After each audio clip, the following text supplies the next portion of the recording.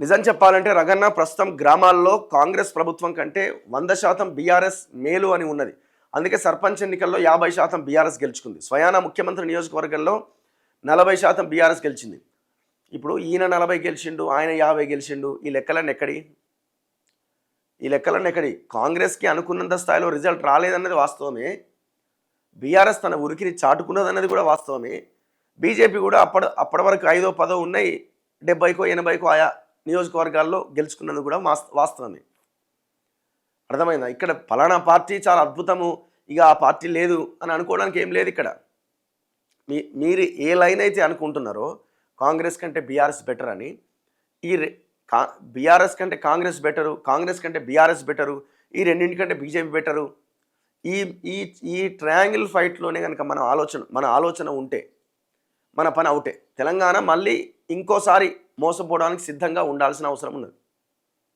మీరు 10 సంవత్సరాలుగా జరిగిన ఇంత భయంకరమైన దోపిడీ తర్వాత కూడా ఇంకా ఈయనకంటే ఆయన మేలు, ఈయన మేలని ఎవరు అంటలేరు. ఇది కూడా అరాచక శక్తే, డౌట్ ఏం లేదు. వాళ్ళిద్దరు కలిసే ఉన్నారు.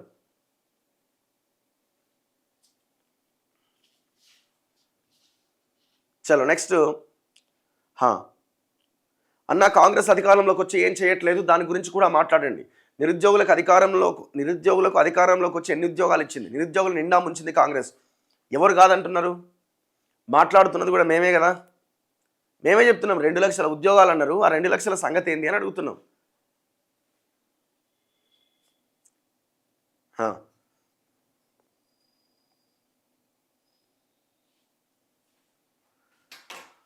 నెక్స్ట్ అన్న జాబ్ నోటిఫికేషన్స్ ఏమన్నా వస్తాయా, అటే పోయినాయా? ఏమో రేవంత్ రెడ్డి నిరుద్యోగుల సహనాన్ని పరీక్షిస్తున్నట్టు కనబడుతున్నది. ఇక ఆ దెబ్బ మామూలుగా ఉండదు. ఆయన అనవసరంగా గొక్కుంటున్నాడని అనిపిస్తున్నది నాకైతే. మరి ఏం ఆలోచనతో ఉన్నాడో అర్థం కాదు. ఆయన ఇప్పటిదాకా 60,000 ఉద్యోగాలు వేసినా అంటున్నాడు. 6 నెలల నుంచి అదే ముచ్చట చెప్పుకుంటూ వస్తున్నాడు. ఇంకెన్ని రోజులు చెప్తాడు? ఇంకో 40,000 రెడీగా ఉన్నాయి, వేయబోతున్నాం అన్నాడు. మరి ఆ 40,000 అన్నీ ఎప్పుడు వేస్తావు? ఎన్ని రోజులకి? మళ్ళీ ఎలక్షన్లు వచ్చే ముందే వేస్తాడు. 2018లోనే బిశ్వాల్ కమిటీ రిపోర్ట్ ఒకటి వచ్చింది. ఆ రిపోర్ట్ ఆధారంగా 191,000 ఖాళీలు ఉన్నాయని ఇదే కాంగ్రెస్ దాన్ని వాడుకుంది కదా కేసీఆర్ ఉద్యోగాలు లేకపోతే.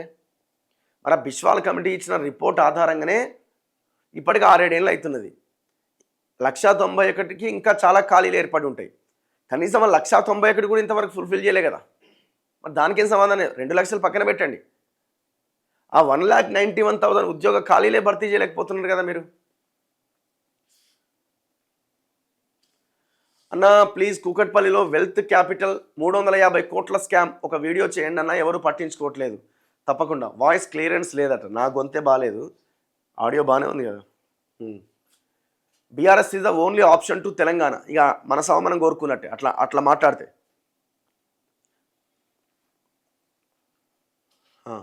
8 లక్షల కోట్లకి అప్పుల ఊపిలోకి తెలంగాణ రాష్ట్రం ఉన్నా కూడా మా రైతులకు 2 లక్షల రుణమాఫీ చేశారు. Hats off to Revanth Reddy గారికి, వ్యవసాయ శాఖ మంత్రి తుమ్మల నాగేశ్వరరావు గారికి. అయిపోయిందా? ఇక ఓట్లకు బోనస్ అన్నారు, బీమా పథకం అన్నారు. ఇవి కదా ఇవ్వాల్సింది, చేయాల్సిన పనులు ఇవి.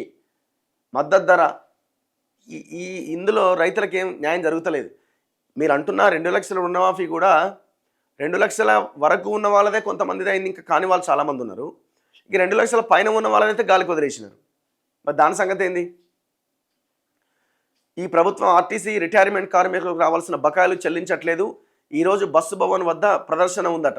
ఓకే, సిపిఎస్ రద్దు చేస్తామన్నారు, దాని గురించి ఊసేలేదు. నెక్స్ట్,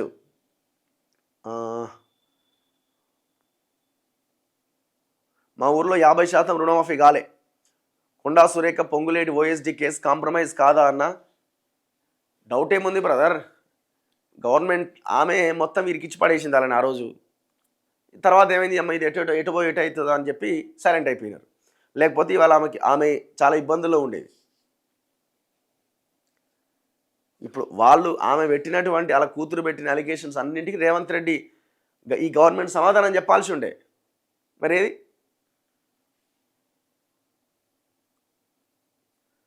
ఇంత ఘోరమన్నా అన్ని పార్టీలు దొంగలే. నేపాల్ లాగా ఒక విప్లవం రావాల్సిందే, లేకపోతే ఇల్లు వినరు. ఇక ఎక్కడైతుంది అది? Sir please discuss about RTC PRC గురించి మాట్లాడండి అని అడుగుతున్నారు. Which party should come next in to power according to you? అసలు ఇది ఎట్లా మనం చెప్పగలుగుతాం? నాకున్న ఆలోచన అయితే ఒక ఆల్టర్నేట్ రాకపోతే తెలంగాణ బాగుపడదని నాకు అనిపిస్తున్నది.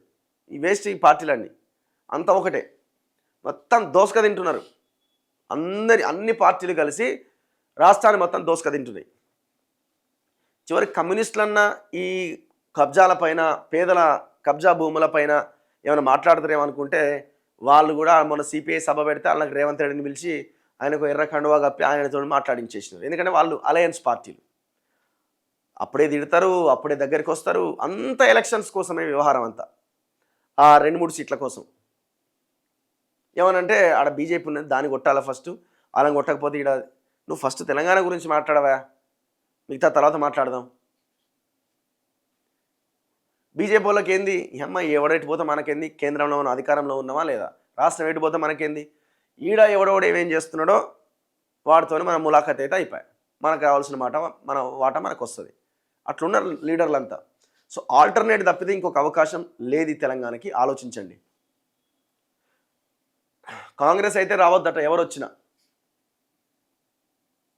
43 ఫ్లైఓవర్లు కట్టిందట బీఆర్ఎస్. అదే 43 ఫ్లైఓవర్లు కట్టిన బీఆర్ఎస్ ఎన్ని స్కూళ్ళు కట్టింది? ఇప్పుడు ఈయన ఎన్ని కట్టిండో, మరి ఈయన ఎన్ని కట్టిండో, ఎన్ని కట్టబోతున్నాడో, ఈయన ఎన్ని స్కూళ్ళు కట్టిండు? ఏది ఉండదు. నెక్స్ట్, రైతు భరోసా ఇవ్వకుండా రైతులను ఇబ్బంది పెడుతున్నారు. ఇస్తారు, ఎందుకు ఇయ్యరు? ఎలక్షన్ల ముందు ఇస్తారు. ఎంపీటీసీ జెడ్పీటీసీ ఎలక్షన్లకు ముందే వేస్తాడు అన్ని. సీఎం గారితో ఇంటర్వ్యూ చేయండి అన్న. నిరుద్యోగులకు న్యాయం చేస్తే లక్షల కుటుంబాలు బాగుపడతాయి. నిరుద్యోగులకు ఉద్యోగ నోటిఫికేషన్స్ కోసం ఫైట్ చేయండి, గట్టిగా మాట్లాడండి. చలో. నాగర్ కర్నూలు జిల్లా బిజినేపల్లి మండలం దళితులపైన జరిగిన దాడి గురించి మాట్లాడండి. ఖచ్చితంగా మాట్లాడే ప్రయత్నం చేస్తాను. నా దగ్గర కూడా ఎవరు నిన్న మన వీడియోస్ పంపించినట్టున్నారు, నేను లేను. సో దాన్ని మళ్ళీ మనం టేకప్ చేసే ప్రయత్నం చేద్దాం.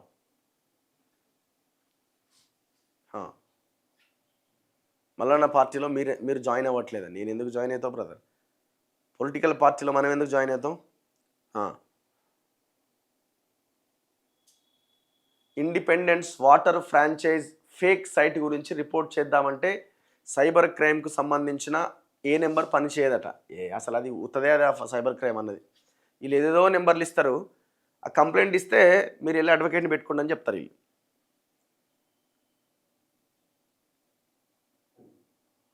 చలో. పద్మశాలీలకి లోన్ మాఫీ కావట్లేదట. రుణమాఫీ 33 కోట్లో 50 కోట్లో ఉంది. ఇంకా దాన్ని గీక్తా ఉన్నారు. అది ఇంతవరకు అయితలేదు. కోతులన్నా కోతులు. తెలంగాణలో డ్రింకింగ్ వాటర్ ప్రాబ్లం క్లియర్ చేశారు బీఆర్ఎస్. అవే నీళ్ళు తాగుతున్నారా అందరూ? మిషన్ భగీరథ నీళ్ళే కొనుక్కొని తాగుతున్నారా? ఎక్కడ అసలు ఆ నీళ్ళు కనీసం తాగుతున్న సందర్భం లేదు. అంత దరిద్రమైన వాటర్ అవి. దాంట్లో నేను ఎన్నోసార్లు చెప్పాను, దాంట్లో కలిపే ఆలం అనే ఒక కెమికల్, దాన్ని చాలా జెన్యున్గా తయారు చేయాలి. గవర్నమెంట్ ఇచ్చే డబ్బులకి వాళ్ళు ఈ ఫార్మా కంపెనీలు వదిలేసినటువంటి సల్ఫ్యూరిక్ ఆమ్లం తెచ్చి దాన్ని తయారు చేస్తున్నారు. అదేంటంటే ఆలం అనేది వాటర్లో ఉన్నటువంటి చెత్తనంతా తీసేస్తుంది. ఆ ప్రాసెస్ కోసం ఆలంని వాడతారు. ఆలం తయారు చేయాలంటే కొన్ని ముడి సరుకులు కావాలి. ఆ తెచ్చే ముడి సరుకులు ఫార్మా కంపెనీలు వదిలేసే వ్యర్థాలతో తయారు చేస్తున్నారు. ఇది మనం గతంలోనే బయట పెట్టినాం. మరి ఇప్పుడు ఏం జరుగుతుందో చూడాలి. అవుట్సోర్సింగ్ గురించి మాట్లాడండి. నేతగాని కార్పొరేషన్ గురించి మాట్లాడండి. ఈరోజు ముచ్చర్ల సత్యనారాయణ గారి జయంతి, చెప్తాను దాని గురించి కూడా ఖచ్చితంగా. విషం భగీరథ అట, మిషన్ కాదు విషం భగీరథ.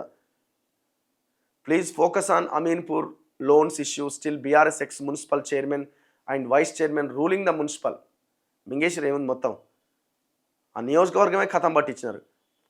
గుడ్డి కన్నా మెల్లనయమట. బీఆర్ఎస్ కంటే కాంగ్రెసే బెటర్ అట. నేను అదే చెప్తున్నాను కదా, ఈయన కంటే ఆయన బెటరు, ఆయన కంటే ఈయన బెటరు. పోనీ ఇట్లా ఎందుకు అనుకోవాలి మనం? ఓటు అనే ఆయుధం మన చేతిలో ఉన్నప్పుడు వాడికంటే వీడు బెటర్, వీనికంటే వాడు బెటర్, వీడు పోతే వాడు, వాడు పోతే వీడు ఎందుకు అనుకోవాలా? ఒక మంచి నాయకుడిని ఎన్నుకునే ప్రయత్నం, ఒక ఆల్టర్నేట్ రాజకీయాలని తీసుకొచ్చే ప్రయత్నం మనం ఎందుకు చేయం? ఆలోచన ఎందుకు చేయం? ఒకసారి ఆలోచించండి. ఓట్లు ఎవడో కాదు కదా వేసేది, మనమే కదా ఓట్లు వేసేది. లీడర్లను ఎన్నుకునేది మనమే కదా, ఎవడో కాదు కదా.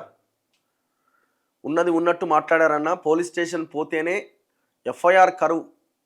ఎఫ్ఐఆర్ చేయట్లేదు, అలాంటిది ఇంటి దగ్గర ఎలా చేస్తారు? అదే కదా మన బాధ అంతా.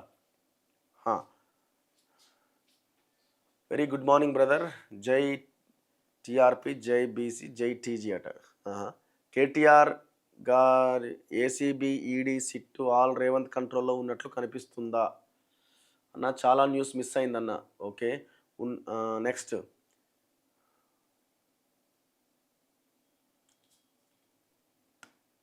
చింతులలో ఆర్ఓ ఆనంద్ జోసెఫ్ గ్రామ టీచర్ ఒప్పందం చేసుకుని ఎలక్షన్ రిజల్ట్ మార్చేసిరట. ఓకే, ఓపెన్ కేటగిరీ నుంచి సుప్రీంకోర్టు ఇచ్చిన దాని గురించి మాట్లాడండి. జీవో 317 బాధితుల గురించి ఎందుకు మాట్లాడట్లేదు? బాధితులతో ఒక ప్రోగ్రాం పెట్టండి. మీరు రండి ఫస్ట్ బయటికి. బాధితులు బయటకు వచ్చి ఆడ ఇందిరా పార్క్ దగ్గరనో ఇంకో దగ్గరనో ఎవరికైనా కంప్లైంట్ ఇస్తానో ఒక ఏదైనా మూమెంట్ చేస్తే దాన్ని మేము కవర్ చేస్తాం కదా. మీరు ఇంట్లో కూర్చొని మెసేజ్లు పెడితే ఎట్లా? చలో.